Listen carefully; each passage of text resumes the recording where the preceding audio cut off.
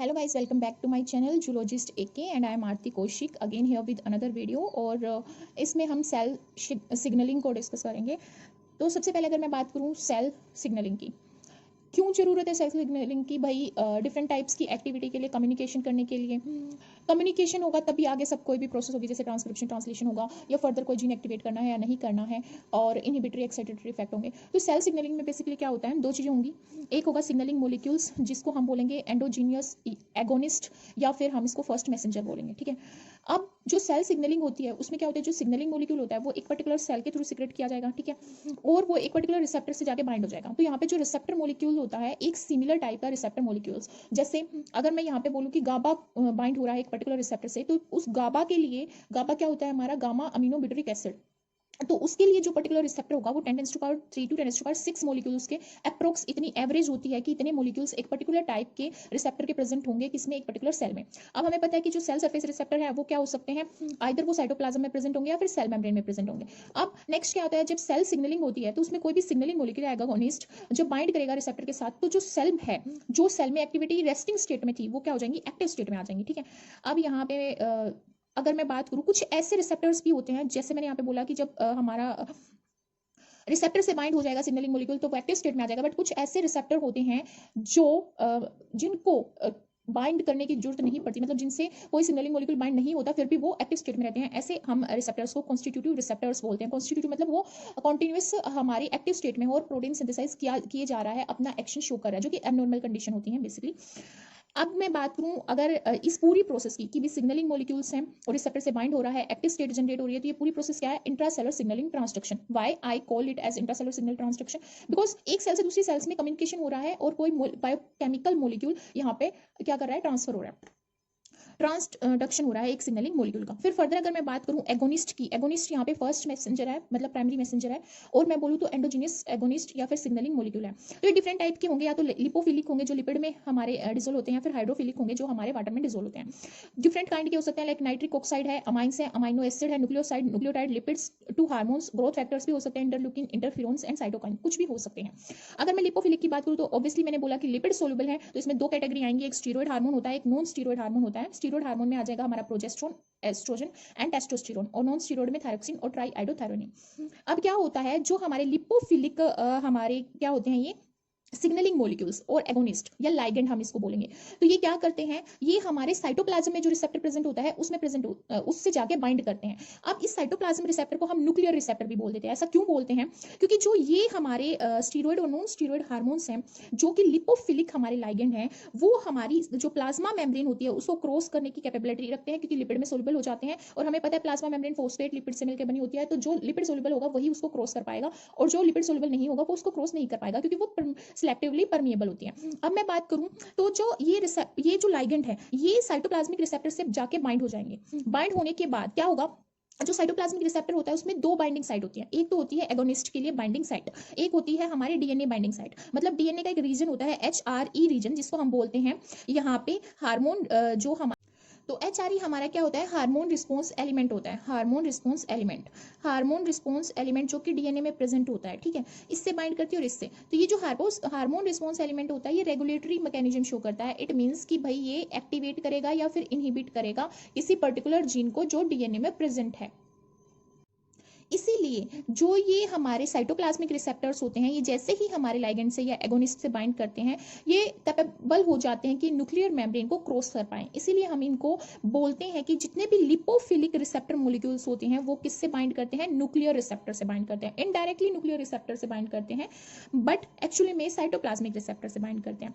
फिर अगर मैं बोलूँ हाइड्रोफिलिक सिग्नलिंग मॉलिक्यूल्स की, एगोनिस्ट की, वो एक्स्ट्रा सेलर डोमेन या एक्स्ट्रा सेलर रिसेप्टर से जाके बाइंड करेंगे। एक्स्ट्रा सेलर रिसेप्टर की डिफरेंट प्रॉपर्टी होती है, लाइक एक्स्ट्रा सेलुलर डोमेन होता है। एक्स्ट्रा सेलुलर डोमेन क्या होता है, जो हमारी प्लाज्मा मेम्ब्रेन होती है उससे बाहर की तरफ जो प्रोट्रूड होगा उनका डोमेन, जिससे आगे सिग्नलिंग मॉलिक्यूल अटैच हो जाए, वो होगा एक्स्ट्रा सेलुलर डोमेन। फिर होता है trans membrane domain. Trans membrane domain का मतलब ये है कि जो फोस्फोलिपिड बाइलेयर है उसमें से ऐसे ट्रांस मेम्ब्रेन डोमेन बने होंगे, किसी में हेप्टा, किसी में सेप्टा, है ना, इस टाइप के जो हमारे, सॉरी, हेक्सा हेप्टा, सेप्टा क्या होता है, हेप्टा, और जो हमारे हेक्सा जो हमारे ट्रांसमेम्ब्रेन डोमेन होते हैं वो प्रेजेंट होते हैं हमारे ट्रांसमेम्ब्रेन में, जिसकी वजह से क्या होता है, गेटिंग होती है, गेट ओपन होते हैं, मतलब चैनल्स ओपन होते हैं, जैसे सोडियम पोटेशियम पंप है, ये सब हमारे किसकी वजह से होंगे, ट्रांसमेम्ब्रेन डोमेन की वजह से होंगे। फिर थर्ड जो इनका कैरेक्टरिस्टिक होता है वो होता है इंट्रासेलुलर डोमेन। ये क्या करता है, रिस्पोंड करता है एक्स्ट्रा सेलुलर बाइंडिंग से, जिसकी वजह से सेल के अंदर जो ट्रांसडक्शन प्रोसेस होती है वो स्टार्ट होती है।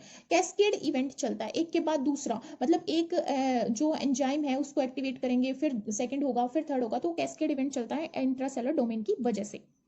और जितने भी ये हमारे एक्स्ट्रा सेलुलर डोमेन होते हैं इनका एम्फीपैटिक जो हमारा क्या होता है, नेचर होता है, मतलब इसमें हमारा लिपोफिलिक ग्रुप भी प्रेजेंट होगा और हमारा क्या होगा, हाइड्रोफिलिक ग्रुप भी प्रेजेंट होगा, लॉन्ग चेन होगी फैटी एसिड की, और अल्फा हेलिक्स इसमें स्ट्रक्चर होगा प्रोटीन का, जो यहाँ पे मेम्ब्रेन के अक्रॉस प्रेजेंट होगा। नेक्स्ट अगर मैं बात करूं सेल मेम्ब्रेन रिसेप्टर की, ये सेल मेम्ब्रेन रिसेप्टर की बात करूं तो डिफरेंट टाइप्स के होते हैं, जैसे ligand gated ion channel receptors, जी protein couple receptor, protein kinase receptor और कुछ सिग्नलिंग को रिसेप्टर्स होते हैं। तो सबसे पहले अगर मैं लाइगेंड गेटेड आयन चैनल की बात करूं तो ये सिलेक्टिव मूवमेंट करवाते हैं कुछ आयंस की। जब आयन गेटेड जो है लाइगेंड गेटेड आयन चैनल, तो ऑब्वियसली ये क्या करवाते हैं, आयंस की सिलेक्टिव मूवमेंट करवाते हैं, जैसे सोडियम की, पोटेशियम की और क्लोरीन की। जब भी यहाँ पे सिग्नलिंग मॉलिक्यूल, जिसको मैं यहाँ पे एगोनिस्ट बोल रही हूँ, वो बाइंड करेगा हमारे एक्स्ट्रा सेलुलर रिसेप्टर से, है ना, एक्स्ट्रा सेलुलर रिसेप्टर्स मॉलिक्यूल से जब वो जाके बाइंड करेगा यहाँ पे, तो क्या होगा, यहाँ पे एक फास्ट रिस्पॉन्स जनरेट होगा, जिसकी वजह से जो मेम्ब्रेन पोटेंशियल है उसमें डिफरेंस क्रिएट होता है। अगर मान लो मैं यहाँ पे बोल रही हूँ कि निकोटिनिक एसिटाइल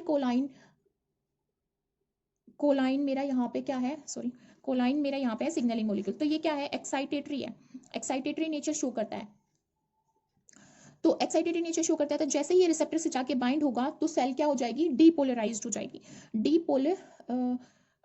डीपोलराइज्ड हो जाएगी सेल, और वो क्या शो करेगी, एक्साइटेटरी बिहेवियर शो करेगी, मतलब वो एक्टिवेटेड हो जाएगी। अगर मैं यहाँ पे बात करूँ गाबा की, गाबा क्या होता है हमारा, gamma amino butyric acid A, ये क्या है, इनहिबिटरी सिग्नलिंग मॉलिक्यूल होता है। तो जैसे ही ये एक्स्ट्रा सेलुलर रिसेप्टर से जाके बाइंड होगा तो ये इनहिबिटरी रिस्पॉन्स शो करेगा और इनएक्टिव हो जाएगा हमारा सेल रिस्पॉन्स, मतलब हमारी जो सेल है वो डीपोलराइज्ड ना होकर पोलराइज्ड हो जाएगी। ठीक है, तो यहाँ पे जो हमारे लाइगेंड गेटेड आयन चैनल होते हैं वो यहाँ पे एक्शन पोटेंशियल को अफेक्ट करते हैं सेल की, जिसकी वजह से एक्साइटेटरी इनहिबिटरी रिस्पॉन्स जनरेट होता है। और जितने भी ये रिसेप्टर्स होते हैं इसमें 5 to 4 होमो और हिट्रो सब यूनिट प्रेजेंट होती हैं। सेकेंड अगर मैं बात करूं जी प्रोटीन कपल रिसेप्टर्स की, तो ये जी प्रोटीन्स के साथ हमारे क्या होते हैं, कपल्ड होते हैं, इसीलिए इनको जी प्रोटीन कपल रिसेप्टर बोला गया है। और जी प्रोटीन हमारे क्या होते हैं, ट्राइमेरिक होते हैं नेचर में, मतलब उसमें 3 सब यूनिट होती है, alpha beta and gamma, gamma सब यूनिट होती है। तो जो रिसेप्टर एक्टिवेशन होता है यहाँ पे किसके थ्रू, सिग्नलिंग मॉलिक्यूल के थ्रू, वो क्या करवाता है, जब सेल के अंदर साइटोप्लाज्म में चला जाएगा तो उसका इंटरेक्शन किसके साथ होगा, जी प्रोटीन के साथ होगा। जो जी प्रोटीन किसके साथ एडहेयर करके रखता है, वो यहाँ पे प्लाज्मा मेम्ब्रेन के साथ एडहेयर करके मतलब रहता है। तो उससे क्या होगा, यहाँ पे जो वन सब यूनिट होती है वो डिसोशिएट हो जाती है ट्राइमर से, जिसकी वजह से आगे इफेक्टर मॉलिक्यूल यहाँ पे क्या होगा, इफेक्टर मॉलिक्यूल होगा एडिनाइल साइक्लेज, वो यहाँ पे एक्टिवेट हो जाएगा। ठीक है, और आगे क्या करेगा, ट्रांसडक्शन पाथवे कैस्केड इवेंट चलाएगा। फिर अगर मैं बात करूं नेक्स्ट की प्रोटीन काइनेज रिसेप्टर्स की, ये एगोनिस्ट स्टिमुलेटेड ऑटोफॉस्फोरिलेशन करते हैं, मतलब ऑटोफॉस्फोरिलेशन का मतलब क्या है कि फॉस्फेट ग्रुप को बाइंड कर देते हैं। ठीक है, ऑटोफॉस्फोरिलेशन करते हैं इंट्रासेलुलर डोमेन में, ये एक्टिवेट करते हैं काइनेज एक्टिविटी, क्या, काइनेज एक्टिविटी, ये यहाँ पे एक्टिवेट करते हैं। और ये काइनेज एक्टिविटी कैसे करते हैं, ये यहाँ पे ट्रांसफर करते हैं गामा फोस्फेट को। गामा फोस्फेट कहाँ से लेंगे, एटीपी मॉलिक्यूल है हमारी, अल्फा बीटा गामा 3 है, ट्राई है, एडिनोसाइन ट्राई फोस्फेट होता है, अल्फा ग्रुप होता है, बीटा होता है, गामा होता है। तो जो गामा फोस्फेट होगी यहाँ पे, वो कहाँ पे ट्रांसफर कर देंगे, टायरोसिन अमाइनो एसिड पे ये ट्रांसफर कर देंगे, जिसकी वजह से टायरोसिन क्या हो जाएगा, यहाँ पे फोस्फोरिलेटेड हो जाएगा। और ये जो फोस्फोरिलेशन प्रोसेस है बहुत सारी वाइटल सेल प्रोसेस को कंट्रोल करती है। अब जो यहाँ पे प्रोटीन काइनेज रिसेप्टर हैं, उनमें से कुछ ऐसे रिसेप्टर्स होते हैं जो एटीपी से गामा फोस्फेट को सीरिन या फिर थ्रियोनिन पे ट्रांसफर करते हैं, that's why we call it serine threonine kinase. Response जो यहाँ पे प्रोटीन काइनेज रिसेप्टर्स के थ्रू प्रोड्यूस किया जाता है वो मिनट से सेकंड तक चलता है, पर जो जी प्रोटीन कपल रिसेप्टर जो रिस्पॉन्स क्रिएट करते हैं वो मिनट्स तक रहता है, मतलब उनका टाइम स्केल जो है एक्टिवेशन का वो मिनट में होता है, और इनका मिनट टू आवर्स होता है, सॉरी। नेक्स्ट अगर मैं बात करूं यहाँ पे सिग्नलिंग को रिसेप्टर्स की, सिग्नलिंग अगर मैं यहाँ पे डिफाइन करूँ सिग्नलिंग को रिसेप्टर्स को, क्या होते हैं, कुछ ऐसे सिग्नलिंग रिसेप्टर्स होते हैं जो इन तीनों क्लासेस में नहीं आते, ठीक है, बट वो एक कॉम्प्लेक्स फॉर्म करते हैं with a receptor from one of these three classes, that's why we call them coreceptors और एक्सेसरी रिसेप्टर्स। एक्सेसरी रिसेप्टर्स हम इनको बोलेंगे। ये लार्ज नंबर ऑफ लाइगेंड के थ्रू यूज किए जाते हैं, जैसे इंटरल्यूकिन्स इनको यूज करते हैं, इंटरल्यूकिन्स इनको यूज करते हैं, एपिडर्मल ग्रोथ फैक्टर्स इनको यूज करते हैं, फिब्रोब्लास्ट ग्रोथ फैक्टर यूज करते हैं सिग्नलिंग कोर रिसेप्टर्स को। ये यूबिक्विटसली एक्सप्रेस्ड होते हैं एक गिवन ऑर्गेनिज्म में इस तरह से कि बहुत सारे अबंडेंट अमाउंट में जो रिसेप्टर्स हैं वो बाइंड हो जाए यहाँ पे सिग्नलिंग मॉलिक्यूल्स के साथ। कंजर्व स्ट्रक्चरल फीचर्स होता है इनका सेल मेम्ब्रेन पे, जिसकी वजह से क्या होता है, ये डाइवर्स रेंज के ऑर्गेनिज्म में पाए जाते हैं। अगर मैं यहाँ पे बात करूँ कुछ ऐसे यहाँ पे कोर सिग्नलिंग कोर रिसेप्टर्स की जिनमें अगर म्यूटेशन आ जाती है तो क्या हो जाता है, मतलब अगर उनकी म्यूटेशन आ जाती है या उनका एक्सप्रेशन अल्टर हो जाता है तो बहुत सारी डिजीज हो जाती हैं, जैसे कैंसर, इन्फ्लेमेशन या आइस्केमिक हार्ट डिजीज।